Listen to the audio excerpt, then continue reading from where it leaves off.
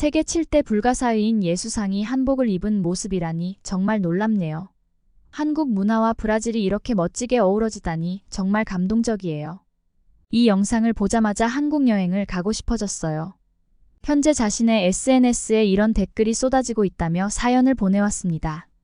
대체 무슨 사연인지 오늘 사연 바로 시작하겠습니다. 그리고 구독과 좋아요는 매우 큰 힘이 됩니다. 안녕하세요. 저는 미국 BBC 문화부 기자 아비가일입니다. 저는 미국 패션 명문 파슨스를 졸업한 후 문화 관련 부서에서 주로 패션을 담당하고 있습니다. 비록 패션 디자이너의 꿈을 접고 기자의 길을 선택했지만 전 세계의 다양한 문화를 다루는 일은 제게 끊임없는 영감과 열정을 불러일으킵니다. 어릴 적부터 저는 엄마의 영향으로 K-드라마에 푹 빠져 있었어요. 엄마는 한국 드라마의 열렬한 팬이셨거든요. 한국 드라마의 서정적인 느낌, 대사에 담긴 섬세한 감정, 그리고 뛰어난 영상미를 칭찬하셨죠. 덕분에 저도 자연스럽게 K-드라마의 매력에 빠져들었습니다. 특히 제 눈을 사로잡은 건 드라마 속 패션이었어요. 색감의 조화, 세련된 디자인, 그리고 캐릭터의 개성을 완벽하게 표현하는 의상들은 어린 저에게 큰 인상을 남겼습니다. 이런 경험들이 제가 나중에 패션을 전공하게 된 계기가 되었다고 해도 과언이 아닐 거예요. 성장하면서 유튜브를 통해 한국 문화를 더 깊이 접하게 되었고, 친구들의 한국 여행 이야기를 들으며 한국에 대한 관심은 더욱 커져갔습니다. 한국의 패션, 뷰티, 음식 문화 등 모든 것이 신선하고 매력적으로 다가왔죠. 저의 최고의 애정 드라마는 무한반복을 하고 있는 구름이 그린 달빛입니다. 이 드라마는 한국인들은 다들 아시겠지만 사극이에요. 배우들이 입은 한복의 아름다움은 말로 표현할 수 없을 정도로 환상적이었습니다. 화려한 비단의 질감, 우아한 선의 흐름, 그리고 색채의 조화는 제 패션 감각을 한층 더 높여주었어요. 특히 극중 박보검이 입은 왕자의 의복은 정말 인상적이었죠. 현대 패션에서도 이런 요소들을 어떻게 활용할 수 있을지 항상 고민하게 만듭니다. 파슨스에서 공부하는 동안 저는 종종 한국 전통 의상의 요소를 제 작품에 접목시키곤 했어요. 한복의 우아한 선과 색채, 그리고 자연을 모티브로 한 문양들은 제 디자인에 독특한 감성을 더해주었죠. 교수님들도 제 작품에 담긴 동양적 요소에 큰 관심을 보이셨고, 이는 제가 더 자신감을 갖고 한국 패션을 연구하게 된 계기가 되었습니다. 기자로 일하면서도 한국 패션에 대한 관심은 계속되고 있어요. 최근에는 한국의 스트릿 패션과 K-팝 아이돌들의 스타일에 대한 기사를 작성했는데 독자들의 반응이 뜨거웠답니다. 그런 어느 날 제 인생에 정말 엄청난 일이 벌어졌어요. 그날은 평소와 다름없이 뉴욕 패션 위크 취재를 하고 있었어요. 갑자기 한 모델이 런웨이에서 넘어지는 바람에 현장이 술렁이기 시작했습니다. 그 순간 제 옆에 있던 한 여성이 재빨리 달려가 모델을 일으켜 세웠어요. 그런데 그 여성이 입고 있던 옷이 너무나 특별해 보였죠. 나중에 알고 보니 그녀는 한국의 유명한 한복 디자이너 김지원 씨였어요. 그날 그녀가 입고 있던 현대적으로 재해석된 한복의 아름다움에 완전히 매료되고 말았죠. 곧바로 그녀에게 다가가 인터뷰를 요청했고 다행히 승낙을 받았어요. 그녀는 한복의 역사와 문화적 의미, 그리고 현대 패션과의 융합 가능성에 대해 열정적으로 이야기했죠. 그리고 더 놀라운 점은 그녀가 한국 드라마의 의상을 담당했었다는 점이었어요. 제가 인터뷰 중에 한국의 사극을 좋아한다고 하니 자신이 참여한 드라마라고 하시며 엄청 신기해 하셨습니다. 그날 한복에 대해 구체적으로 이야기를 들을 수 있었어요. 그녀는 사극 의상을 만들며 한국의 복식에 대한 미학과 양식을 현대적으로 재해석하는 시도를 했었다고 말하며 역사적 고증은 기본 바탕으로 두되 영화 속 캐릭터를 살리기 위한 리얼리티도 반영하였다고 했습니다. 그러면서 한국의 무대와 영화 의상 역사가 짧기 때문에 기록해둬야 한다며 책임의식을 갖고 있었어요. 그 오랜 세월의 무대와 스크린에서 선보였던 의상 3만 벌을 창고에 차곡차곡 보관하고 있다며 저에게도 언제 한번 오라고 말씀해 주셨죠. 저는 너무 기뻐서 당장이라도 한국으로 가고 싶어졌습니다. 실제로 작업된 의상을 볼 수 있다니 너무 영광스러운 제안이었죠. 마지막으로 그녀는 넷플릭스 같은 글로벌 플랫폼을 통해 한복의 고유한 미감을 알릴 수 있는 사극이 많이 제작되고 널리 소개되면 한복을 자기네 옷이라고 우기는 중국의 억지 주장도 안 먹힐 거라며 당당하게 말하는 모습은 너무 감동적이었습니다. 그때 문득 떠오르는 것이 하나 있었죠. 얼마 전 기사를 작성하던 중 댕기머리에 한복 앞치마를 한 새로운 드라마 포스터를 발견했습니다. 반가운 마음에 한국 드라마가 새로 나왔구나 하며 클릭했는데 세상에 그게 중국 드라마였던 거예요. 너무 기가 막혀서 목 잡고 쓰러질 뻔했습니다. 저는 앞서 이야기했듯이 엄마와 어릴 적부터 한국 드라마를 즐겨보았고 특히 사극을 많이 본 터라 한눈에 알 수 있었거든요. 이건 한국의 대장금을 따라한 드라마였습니다. 한국의 전통적인 머리 장식인 댕기는 고유한 한국 문화에서 비롯된 중요한 요소로 조선시대 여성들이 긴 머리를 따아 그 끝에 길고 가는 리본 형태의 장식을 달아 머리 모양을 완성하였습니다. 댕기는 여성의 연령, 신분, 결혼 여부에 따라 색상과 장식이 달라졌으며 사회적 지위와 미의식을 표현하는 중요한 역할을 했죠. 미혼 여성들이 주로 사용한 댕기는 단순한 머리 장식 이상의 의미를 지녔으며 신분과 나이에 따라 그 모습이 달라졌습니다. 이러한 댕기머리는 한국의 전통 복식 문화에서 중요한 부분을 차지하며 한국의 아름다움과 고유성을 상징하는 대표적인 문화유산 중 하나로 자리 잡았어요. 저도 기본적으로 알고 있는 부분인데 옆나라 중국이 아무렇지도 않게 그것을 자기 것인 양 사용하는 모습을 보니 정말 화가 났었죠. 그날은 김지원 디자이너와의 인터뷰를 통해 저는 이러한 문제에 대해 더욱 깊이 생각하게 되었습니다. 김 디자이너는 한국의 전통 의상과 장식물들이 지닌 고유한 미와 가치를 세계에 널리 알리기 위해 끊임없이 노력하고 있다고 말했죠.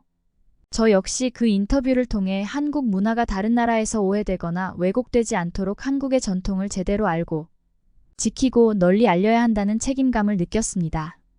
한국 드라마가 세계적으로 인기를 끌고 있는 지금 소중한 문화유산이 정확히 전해질 수 있도록 더 많은 관심과 노력이 필요하다고 생각하게 되었죠. 그러던 어느 날 방송국에서 브라질에서 한국 전주 실크 등 전시회가 열린다는 소식을 듣게 되었습니다. 이번 전시회는 단순한 실크 전시가 아니라 한국의 전통과 현대 기술이 만나 탄생한 아름다운 빛의 향연이라고 했습니다. 취재를 하겠다는 지원자가 정말 많이 몰렸어요. 최근 몇 년 사이에 한국에 대한 인기가 날로 상승 중이라 어떤 취재를 하든 한국과 관련된 주제는 서로 하겠다고 해서 경쟁률이 꽤 높았죠. 저도 당연히 지원했습니다. 하지만 워낙 많은 경쟁자가 있었기에 불안하긴 했죠. 제 경력과 한국 문화에 대한 깊은 애정을 어필했지만 다른 지원자들도 못지않게 열정적이었거든요. 며칠 후 취재팀이 발표되었는데 제 예상대로 저는 떨어졌어요. 예상은 했지만 정말 떨어졌다는 소식을 들으니 땅이 꺼지는 것처럼 마음이 참담했습니다. 사실 저는 작년 2023년에도 비슷한 전시회를 경험한 적이 있어요. 뉴욕에서 열린 한국 전통공예의 미 전시회였죠. 그때 한국의 도자기, 나전칠기 그리고 물론 실크 작품들을 감상했는데 그 섬세함과 아름다움에 완전히 매료되었어요. 특히 진주 실크로 만든 작품들은 그 광택과 질감이 너무나 특별해서 잊을 수가 없었죠.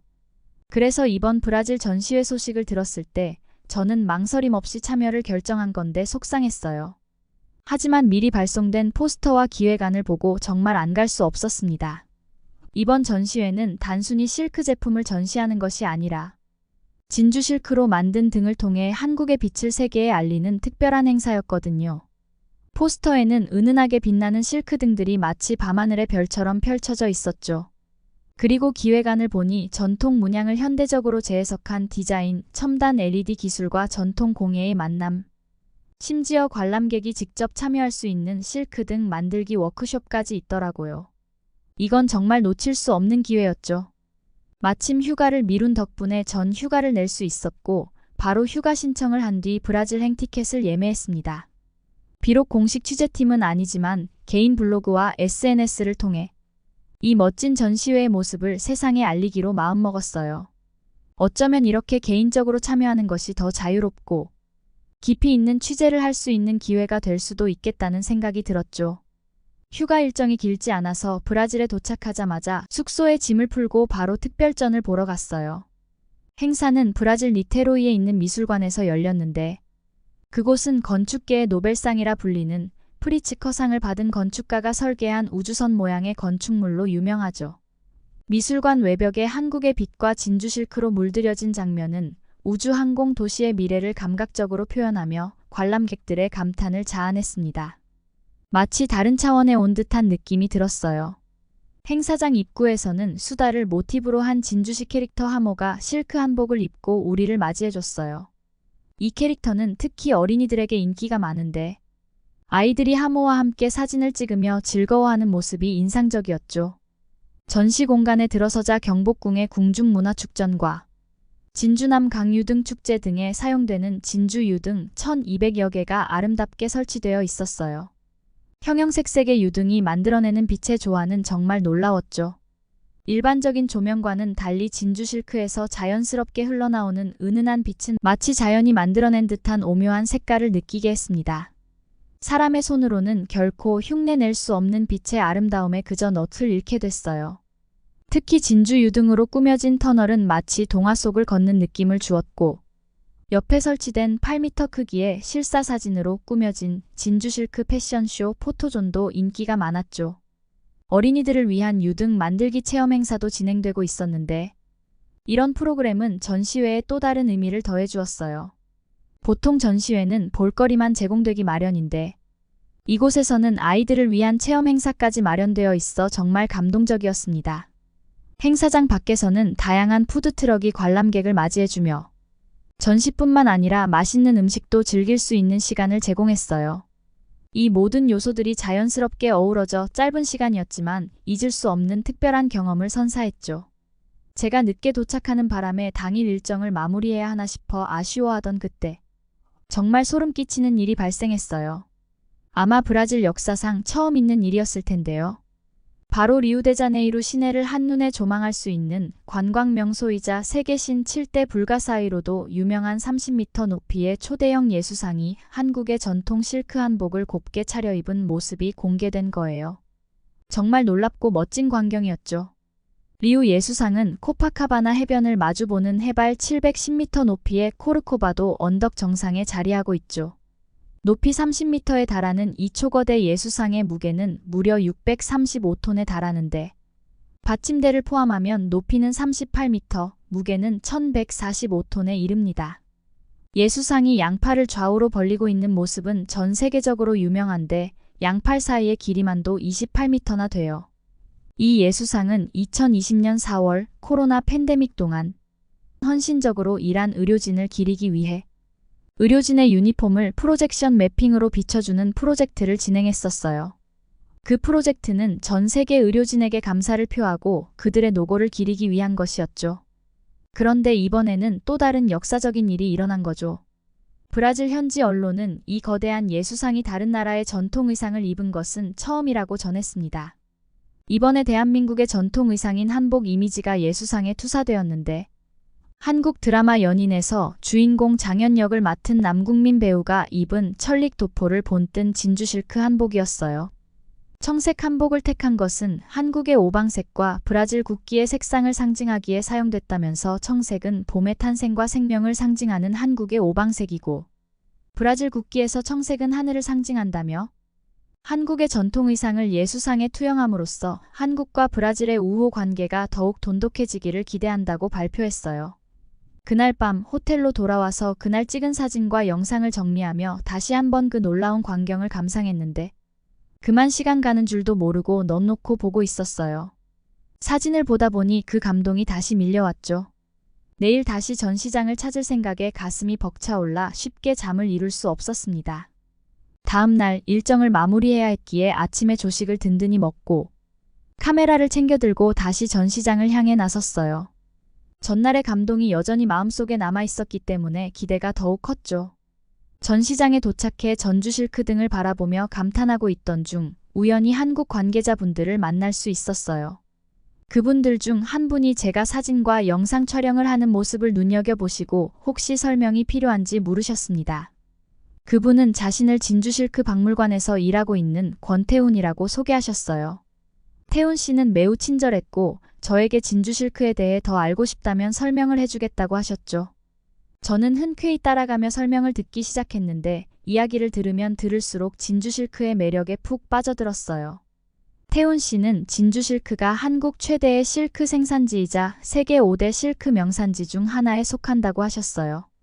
세계적으로 유명한 실크 생산지인 이탈리아 코모, 프랑스 리옹, 일본의 니시진, 중국의 소주와 항주를 제치고 이제는 전 세계 실크 시장의 다크호스로 떠오르고 있다고 설명해 주셨습니다.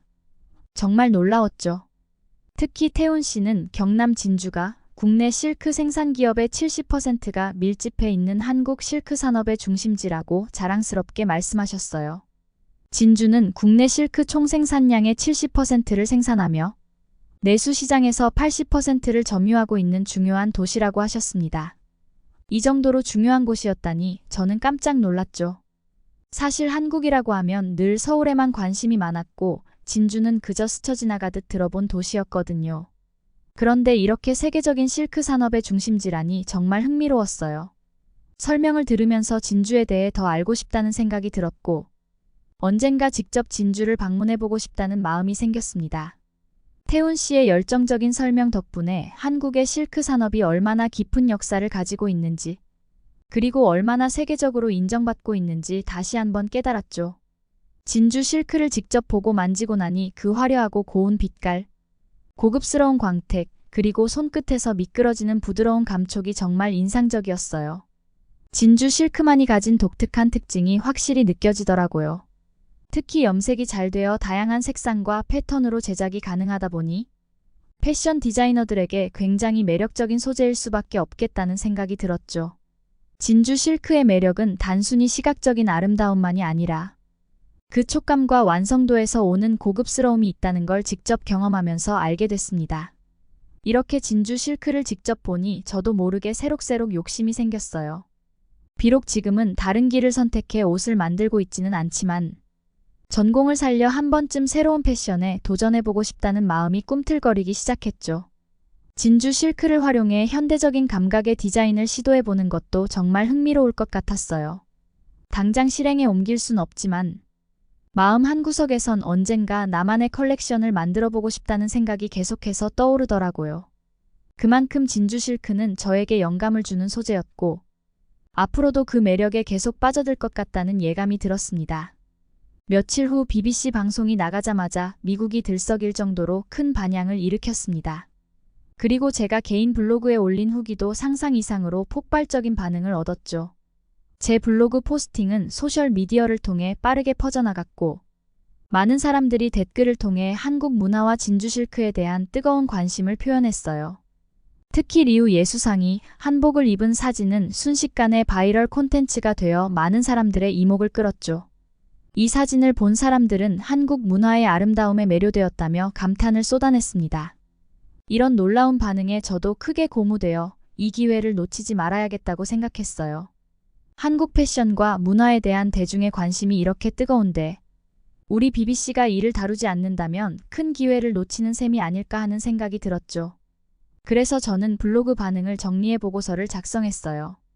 조회수, 공유 횟수, 댓글 분석 등 구체적인 데이터를 포함했고 한국 문화에 대한 관심이 전 세계적으로 확산되고 있는 현상과 그로 인해 경제적, 문화적으로 어떤 영향이 있을지에 대한 분석도 담았죠. 이 보고서를 가지고 저는 문화부 팀장님을 찾아갔어요. 팀장님, 제가 개인적으로 다녀온 전시회 취재가 이렇게 큰 반응을 얻고 있습니다. 현재 한국의 문화와 패션에 대한 관심이 전 세계적으로 뜨겁습니다. 이미 몇몇 매체에서 저에게 협업을 제안해 왔지만 저는 이 기회를 BBC 문화부 팀이 놓치지 말았으면 좋겠습니다. 제 제안을 들은 팀장님은 깊은 관심을 보이셨어요. 요즘 K-팝, K-드라마에 이어 K-패션도 새로운 한류의 중심으로 떠오르고 있죠. 특히 전통과 현대의 조화를 이룬 한국 패션은 글로벌 시장에서도 주목받고 있습니다. 우리가 이 주제를 다룬 특별기획 시리즈를 만들면 아주 좋은 기회가 될 것 같네요. 라고 하셨죠. 팀장님은 제 아이디어에 긍정적으로 반응하셨고 구체화해보자고 하셨어요. 그래서 우리는 한국 패션의 세계화라는 주제로 3부작 특별기획을 준비하기로 했습니다. 첫 번째 편은 진주 실크와 같은 전통 섬유 산업, 두 번째 편은 한복의 현대화, 마지막 편은 K-팝과 연계된 한국 스트릿 패션을 다루기로 했죠. 이 기획이 승인되면 저희 팀은 한국을 방문해 직접 취재할 기회를 얻게 될 거예요. 취재도 취재지만 개인적으로 여행을 하고 싶은 마음도 커서 한국어 공부를 시작하려고 합니다. 아참, 혹시 진주 이외에 홍보하고 싶은 도시가 있다면 알려주세요. 제가 꼭 방문하도록 하겠습니다. 오늘은 패션을 공부했던 그 열망으로 브라질까지 찾아가 한국의 전통 진주 실크 등 전시회를 다녀와서 이를 세계에 알려주신 아비가일 기자님께 개인적으로 너무 감사하단 말씀 전하고 싶습니다. 현재 방송국의 제작이 이루어지고 있는 것으로 전해주셨는데요. 한국에 오셔서 더 멋진 서울과 진주, 그리고 다른 도시들도 담아주셨으면 하고 모든 촬영과 취재가 잘 마무리되길 응원하겠습니다. 여러분들도 진주 이외에 담고 싶은 도시가 있다면 댓글로 남겨 공유해주세요. 끝으로 구독과 좋아요는 영상 제작에 큰 힘이 됩니다. 오늘도 저희 감동스쿨 끝까지 시청해주셔서 감사합니다. 행복한 하루 보내세요.